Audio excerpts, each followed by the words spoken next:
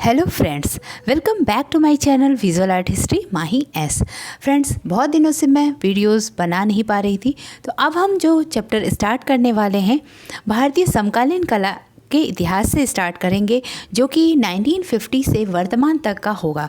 तो वर्तमान तक का जो टॉपिक है बहुत ही ब्रॉड है, बहुत ही ज़्यादा लेंदी है, और आजकल जो एग्ज़ाम्स में क्वेश्चंस पूछे जाते हैं वो कॉन्टेम्परेरी से बहुत सारे क्वेश्चंस आते हैं, और लोगों की क्वेरी होती है कि उनके पेंटिंग्स, कलाकारों की पेंटिंग्स, कलाकार कहाँ पढ़े थे, कैसे पढ़े थे, किस तरीके से क्वेश्चन पूछ लेता है आजकल एग्ज़ाम्स में। तो मुझे ऐसा लगता है कि ये टॉपिक काफ़ी हॉट टॉपिक चल रहा है आजकल के कॉन्टेम्परेरी आर्ट को लेके। तो मैं स्टार्ट करने वाली हूँ अपना ये सीरीज़, जो कि चैप्टर वाइज होगा भारतीय समकालीन कला पर आधारित। तो समकालीन कला को किस तरीके से कई चरणों में बांटा गया, हमने पढ़ा था पहले कि आधुनिक भारतीय कला से पहले जब हम मेडिवल हिस्ट्री पढ़ते हैं आर्ट की, तो उसमें आपने देखा होगा कि मुग़ल, पहाड़ी और मिनिएचर पेंटिंग्स के बारे में हमने पढ़ा था। ठीक है, उसमें आपने देखा होगा राजस्थानी शैली, पहाड़ी शैली, मुग़ल शैली में जहांगीर आए थे, विदेशियों का आगमन होना शुरू हो जाता है, भारतीय कला उसमें मिक्स होने लगती है।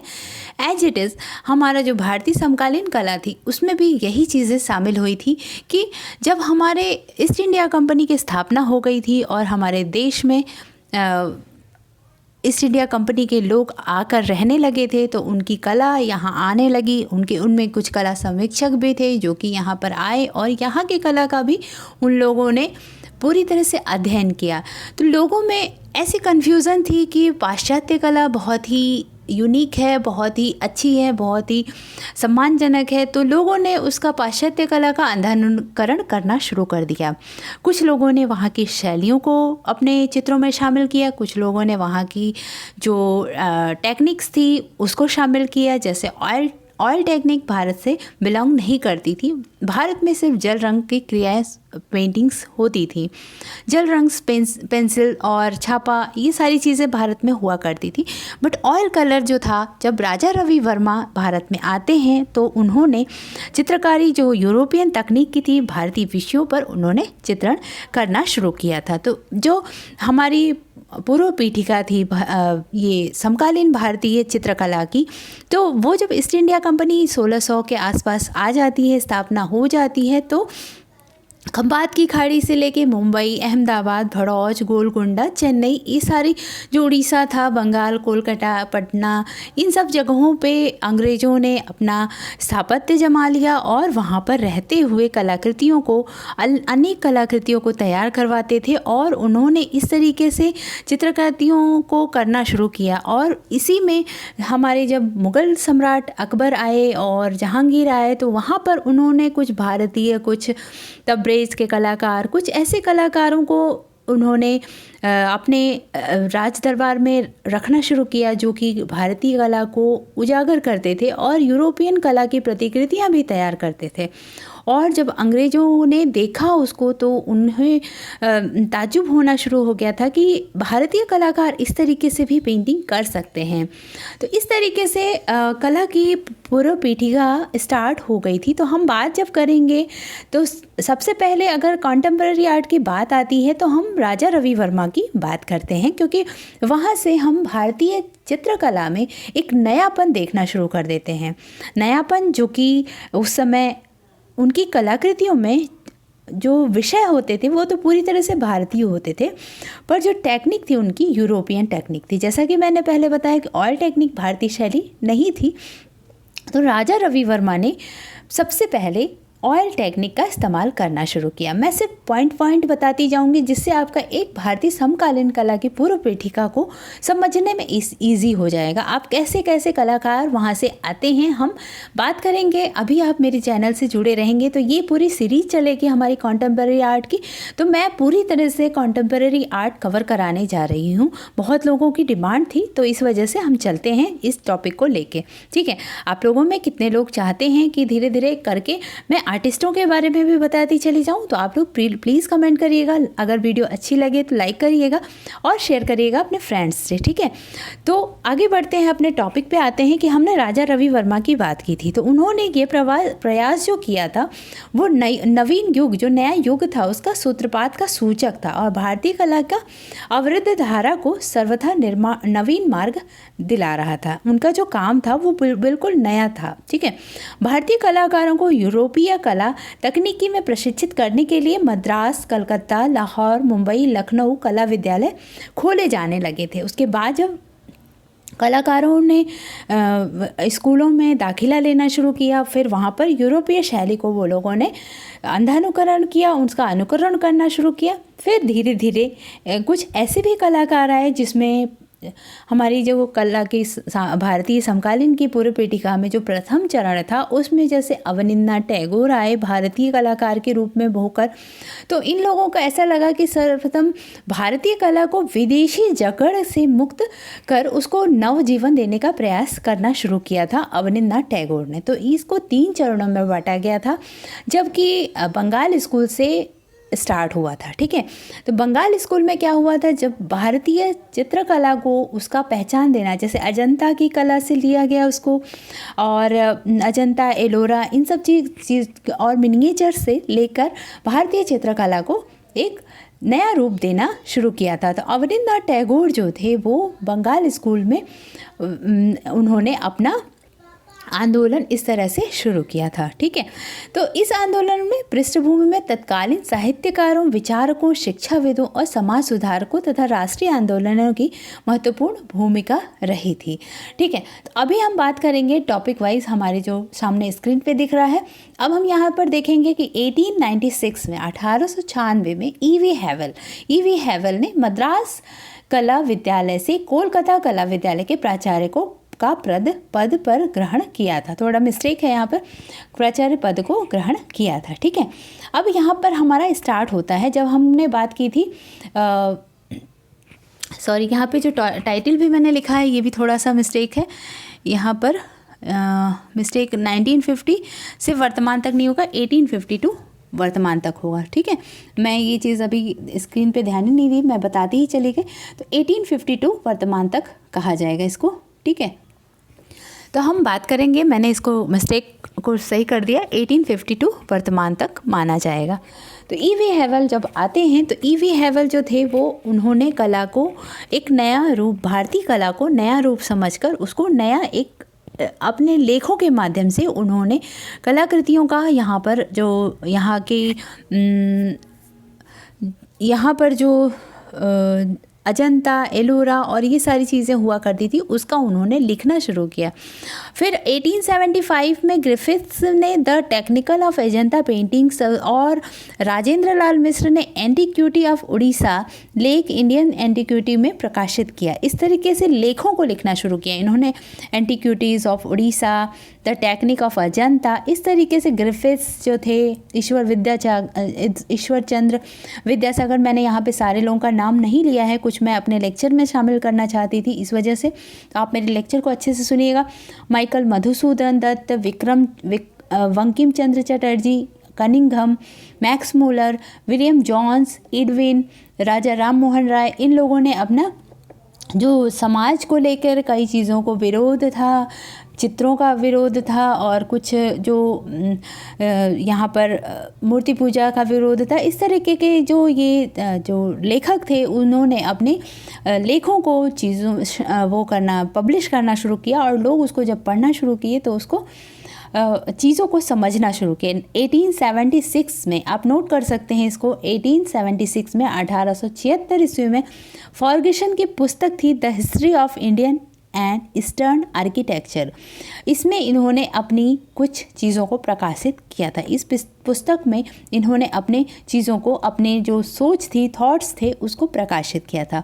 और इसी समय जो था इंडियन सोसाइटी की स्थापना होती है।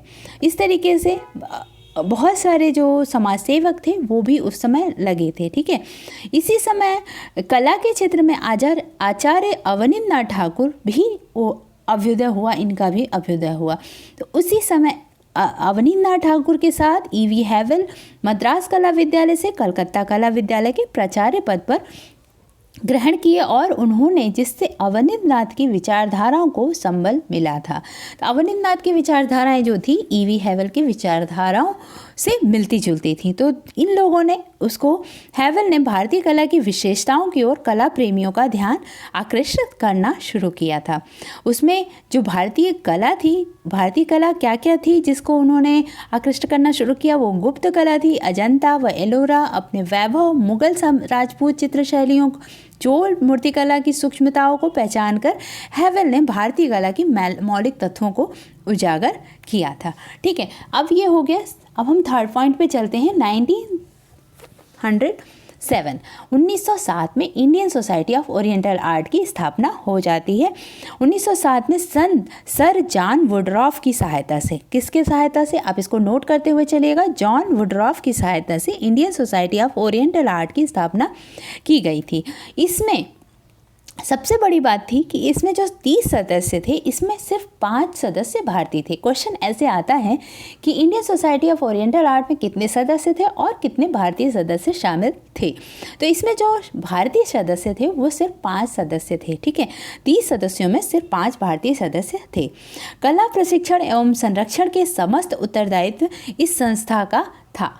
ठीक है, ये संस्था क्या करती थी, कला का प्रशिक्षण करती थी और उसका अस्तित्व, उसका संरक्षण करती थी। ठीक है, ऐसे समय में जब भारतीय कला का अस्तित्व समाप्त होने लगा था और उसके अध्ययन एवं मूल्यांकन का कार्य भी प्रारंभ हुआ था, इसी समय ये सोसाइटी की स्थापना करना बहुत ही इम्पोर्टेंट हो गया था और इसके द्वारा भारतीय कला को एक संबल मिलना शुरू हुआ, जिसमें कि मैंने बताया जी ईवी हैवल, आनंद कुमार स्वामी, ऐसे कलाकारों ने मिलकर इसको संबल प्रदान किया था। ठीक है, अब इनके साथ साथ पर्सी ब्राउन थे, doctor Anand Coomaraswamy, Rabindranath Tagore, E V Havell, Heinrich Zimmer आदि कलाकार तथा कला समीक्षक इसके साथ साथ चले।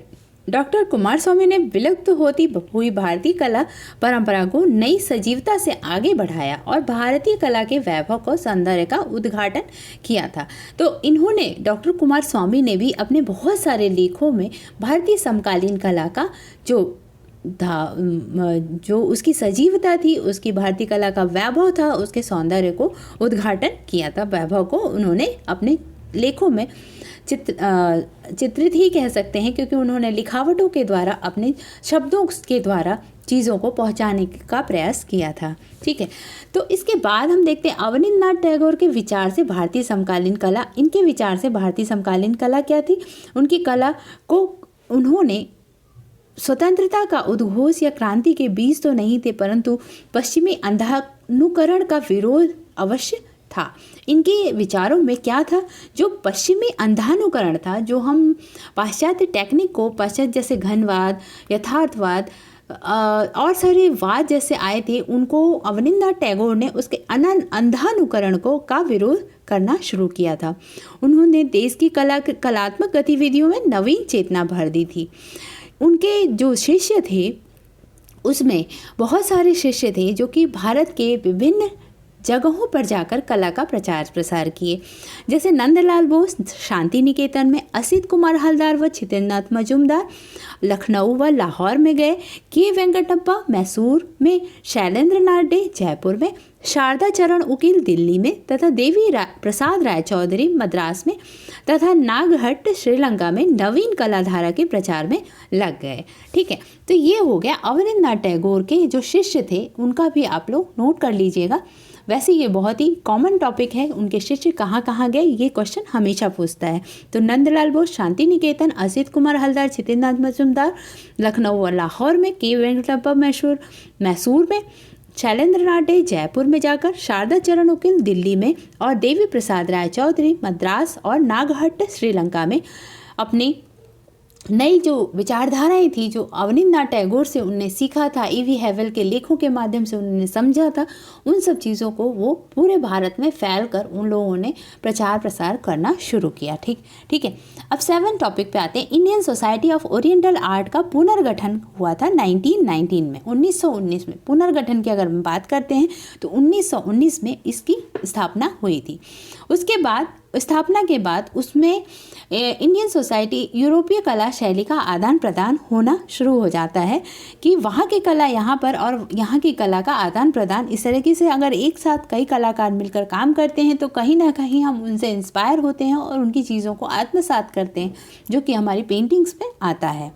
ठीक है, अब द्वितीय चरण कब स्टार्ट होता है? जब बंगाल स्कूल की परंपरा पाश्चात्य कला विकास के द्वितीय चरण से प्रारंभ हो जाता है। 1905 से 1920 तक बंगाल शैली चरमोत्कर्ष पर रही थी। बंगाल शैली का अगर टाइम पीरियड देखें तो 1905 से 1920 तक रहा है। ठीक है, तो 1925 के लगभग यामिनी राय ने बंगाल की लोक कला के आधार पर नई शैली को विकसित किया था। अब यहाँ पर यामिनी राय का भी एक टर्निंग पॉइंट होता है, जो कि भारतीय चित्रकला को एक नया आयाम देते हैं। लोक कला को किसी ने अपनी कलाकृतियों में शामिल नहीं किया था, जो कि देश विदेश तक एग्जीबिशन तक नहीं पहुँचाया था।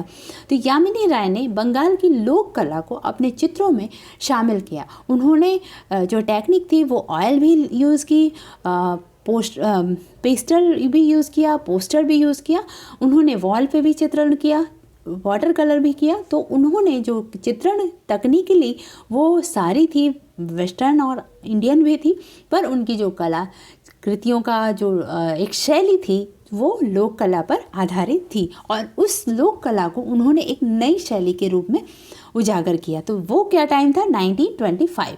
अब आप लोग समझ रहे होंगे कि हम धीरे धीरे स्वतंत्रता के आसपास पहुंच रहे हैं। 1925 हमने राजा रवि वर्मा को पढ़ा जो 1906 तक रहे हैं। ठीक है, उसके बाद हम धीरे धीरे ईवी हैवल से Indian society of oriental art की स्थापना होती है। कैसे कैसे कलाकार आगे बढ़ते हैं और पाश्चात्य शैली को शामिल करते हैं। इस तरीके से हम आते हैं लोक कला पर यामिनी राय तक। ठीक है, अब हम देखते हैं 1933 ईस्वी में लगभग जॉर्ज कीट ने श्रीलंका में नवीन प्रयोग किए। 1933 के आसपास जॉर्ज कीट ने श्रीलंका में प्रयोग किया था और इस कला धारा में अब तक चली आ रही टैगोर शैली असामयिक होने लगी थी। जो टैगोर शैली थी, रविन्द्रनाथ गगनेन्द्रनाथ टैगोर ने इसी समय गगनेन्द्रनाथ टैगोर की कला शैली इसका अलग प्रभाव पड़ा था जबकि ओरिएंटल आर्ट की स्थापना हुई थी। ठीक है, गगनेन्द्रनाथ ने कौन सी शैली को अपनाया था, ये क्वेश्चन बार बार आता है। तो गगनेन्द्रनाथ ने तो ये तीनों एक ही फैमिली के थे, एक ही टैगोर फैमिली से बिलोंग करते थे, लेकिन अवनींद्रनाथ ने पूरी तरह से भारतीय शैली वॉश टेक्निक को लेके चले, भारतीय शैली को लेके चले। गगनेन्द्रनाथ ने घनवादी शैली को लेके चले। घनवादी शैली के साथ साथ उन्होंने ऑयल, पोस्टर, पेस्टल सारी चीज़ों को यूज़ किया। और रविन्द्रनाथ टैगोर ने अपने 60 के उम्र में जाकर चित्रों को चित्रित किया। तो उन्होंने पेन की डूडल से पेन भी यूज़ किया, वाटर कलर यूज़ किया, पोस्टर कलर यूज़ किया। तो उनका एक अलग शैली थी। तो यहाँ पर क्वेश्चन पूछ सकता है कि गगनेन्द्रनाथ टैगोर ने किस शैली से प्रेरणा ली थी। तो गगनेन्द्रनाथ टैगोर ने किस शैली से प्रेरणा ली थी? उन्होंने घनवाद शैली से प्रेरणा ली थी। फिर 1933 में कभी कभी क्वेश्चन ऐसे आ सकता है कि जॉर्ज कीट जो थे वो कहाँ के थे? श्रीलंका में थे। और 1933 में सन याद रखिएगा, 1933 में उन्होंने ये सब गतिविधियाँ की थी। ठीक है, अब हम आगे बढ़ते हैं तो देखते हैं कि 1933 के बाद, जॉर्ज कीट के बाद हम अमृता शेरगिल के आसपास आते हैं 1935 के लगभग। 1935 में अमृता शेरगिल ने भारत आकर चित्र प्रदर्शनियाँ की जिसमें समकालीन कला को अधिक संबल मिला। अब अमृता शेरगिल के बारे में हम लोग पढ़ चुके हैं और आगे फिर से पढ़ लेंगे, कुछ और टॉपिक से कुछ नई टॉपिक निकाल के लेके आएंगे। तो उसमें अमृता शेरगिल ने क्या किया था कि ऑयल पेंटिंग उन्होंने सीखा था और ऑयल पेंटिंग से वो भारत आई थी। और भारत की जो गरीबी थी, भारत की जो गरीब लोग थे, उनका टॉपिक जो था बहुत ही सेंसिटिव था। भारत की गरीबी को लेके उन्होंने चला, भारत की महिलाओं को लेके चला, हल्दी पीसती हुई महिलाएं, एक टॉयलेट का सीन था जिसमें सौंदर्य प्रसादिका का है, ऐसे बहुत सारी चीज़ों को लेके वो टॉपिक जो था उनका जो उसका मेन शीर्षक होता था उनके चित्रों का वो भारतीय होता था। तो ये इन्होंने एक अलग ही परिपाटी में लेके चली गई अपनी कलाकृतियों को। तो यहाँ के कलाकारों को, यहाँ के लोगों को एक अलग सा फीलिंग आने लगा कि अरे ये तो ऑयल टेक्निक लेके इन्होंने भारतीय शैली, भारतीय टॉपिक्स को लेके काम करना शुरू किया था। तो 1935 में इस तरीके से अमृता शेरगिल ने बदलाव लाना शुरू किया। अब हम पढ़ेंगे, देखते हैं कला की तृतीय चरण में। जब हम स्वतंत्रता प्राप्ति के पश्चात पहुंचते हैं तो कला की प्रवृत्तियों का प्रारंभ हो जाता है। द्वितीय होता है जब बंगाल स्कूल, जब हम उसके बाद हम देखते हैं कि यामिनी राय ने किया। प्रथम था जब हम ये ईवी हैवल और ये लोगों ने कलाकृतियों को स्टार्ट किया, उनको समझना शुरू किया, पाश्चात्य को नहीं अंधानुकरण न करने को कहा। फिर थर्ड जब आती है स्वतंत्रता प्राप्ति के पश्चात, जब ग्रुप का निर्माण होना शुरू हो जाता है, ग्रुप बनने शुरू हो जाते हैं, कलाकारों ने गतिविधियां करने के बाद अब उसको एक ग्रुप बनाकर एक अलग तरीके से रिप्रेजेंट करना चाहते हैं भारत में। तो हमारा तीसरी जो तृतीय चरण होता है स्वतंत्रता प्राप्ति के बाद, वो स्टार्ट हो जाता है। स्वतंत्रता प्राप्ति से पहले ही ये सब चीज़ों का एक पूर्व पीठिका बन चुकी थी, ठीक है। तो उस स्वतंत्रता प्राप्ति के बाद क्या होता है कि इस समसामयिक कला को पूर्ण विकास के रूप में जाना जाता है। अब यहाँ पर है कोलकाता ग्रुप 43 का स्थापना हो गई थी। गुजराती स्कूल, शिल्पी चक्र, ये सब स्वतंत्रता पूर्व ही स्थापित हो गया था, ठीक है। तो समसामयिक कला का पूर्व विकास स्वतंत्रता पश्चात ही मुखरित हुआ था। अब पूर्ण विकास जो कहेंगे हम स्वतंत्रता के पश्चात कहेंगे। हम तो ये कहेंगे कि उस समय एक नयापन था, हम उसको पूर्ण विकास नहीं कहेंगे, पर हम स्वतंत्रता के पश्चात ये मान सकते हैं कि समकालीन कला एक स्थान बना चुकी थी भारतीय कलाकारों के बीच में, ठीक है। अब प्रोग्रेसिव आर्टिस्ट ग्रुप मुंबई की स्थापना कब हुई थी? 1948 में हुई थी। राष्ट्रीय ललित कला अकादमी की स्थापना 1954 में जयपुर हाउस नई दिल्ली में है। प्रथम राष्ट्रीय कला प्रदर्शनी कब हो गई थी? 1955। अब हम देखते हैं कि ये सारी चीज़ें जो है वो स्वतंत्रता प्राप्ति के पश्चात धीरे धीरे बड़े एकेडमी के रूप में स्थापित होना शुरू हो गया। एकेडमी में प्रदर्शनियां लगना शुरू हो गई। तो इस तरीके से हमारी कला ने एक अलग पहचान बनाना शुरू कर दिया था, लोगों तक पहुंचने लगी थी चीज़ें। एक दिल्ली में उसको एक स्थान मिल गया, एक बड़ा सा जगह मिल गया, जो कि दिल्ली के हार्ट पॉइंट में हम कह सकते हैं कि इस समय राष्ट्रीय ललित कला अकादमी है, यहीं पर संगीत कला अकादमी है। तो इस तरीके से इन सब चीज़ों को भी स्थान भारत के चीज़ों में मिलने लगा था। ग्रुप 7 और ग्रुप 9 की स्थापना 1958 में हुई थी। अननोन ग्रुप की स्थापना 1961 में होने लगी। 1890 की स्थापना 1963 में हुई और ग्रुप 8 की स्थापना 1967 में हुई। यहाँ पर मिस्टेक है, 1967 होगा, तो 1967 में होने लगी थी, ठीक है। तो इस तरीके से हम बात करेंगे। अभी हमने स्वतंत्रता प्राप्ति के पश्चात की कुछ टॉपिक्स को छेड़ा है, ठीक है। अब नेक्स्ट टॉपिक जो होगा हमारा, नेक्स्ट चैप्टर जो होगा, वीडियो बहुत ही लंबी हो जाती है, इस वजह से मैं अब नेक्स्ट जो इसके बाद जो चीज़ें लेके आऊँगी कि कैसे भारत में प्रभाववाद, घनवाद, अभिव्यंजनावाद, यथार्थवाद, अति यथार्थवाद, लोक कला को, मिथक चेतना को, इन सब चीज़ों को कैसे, तांत्रिक प्रवृत्तियों को भी कलाकारों ने शामिल कर लिया था। तो एक कला को, भारतीय समकालीन कला को नया आयाम मिलना शुरू हो गया था। तो ये सारी चीज़ें हम पढ़ेंगे और उसके बाद उसमें इन सब चीज़ों में कौन कौन से कलाकार थे। अब चतुर्थ चरण का हम चैप्टर डिस्कस करेंगे नेक्स्ट वीडियो में। तब तक हमारे वीडियो से जुड़े रहिएगा। और आपको ये वीडियो कैसी लगी, अगर ये लेक्चर अच्छा लगा हो तो मेरी ऐसी ही लेक्चर सुनने के लिए मेरे वीडियो को, मेरे चैनल को सब्सक्राइब कर लीजिएगा, लाइक बटन प्रेस करिएगा और कमेंट ज़रूर करिएगा कि आपका ये चैप्टर अच्छा स्टार्ट हुआ है और इसमें मोटिवेशन मुझे मिलेगी कि मैं और भी इसमें और डीप में आपको पढ़ा सकूं। और फिर उसके बाद हम एक एक आर्टिस्टों के बारे में बात करेंगे, एक एक कलाकारों की पेंटिंग्स के बारे में डिटेल में बात करेंगे। मैं डिस्प्ले भी करती हूँ कलाकारों का, तो हम बात करते हैं नेक्स्ट वीडियो में। तब तक के लिए बाय बाय।